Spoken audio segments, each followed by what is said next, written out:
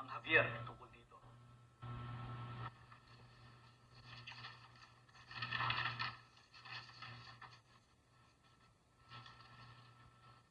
Ano to? Ano ibig sabihin nito? May nakita pong pinag-iinalaang droga sa bahay niyo. Sa kwarto niyo po. Napadala na rin po yan sa lab para matest. Sandali. Hindi lang akin to eh. Wala akong ganito. Kalukuhan ba to? Tatay ko na baril.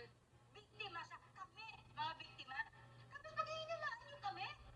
Ano to?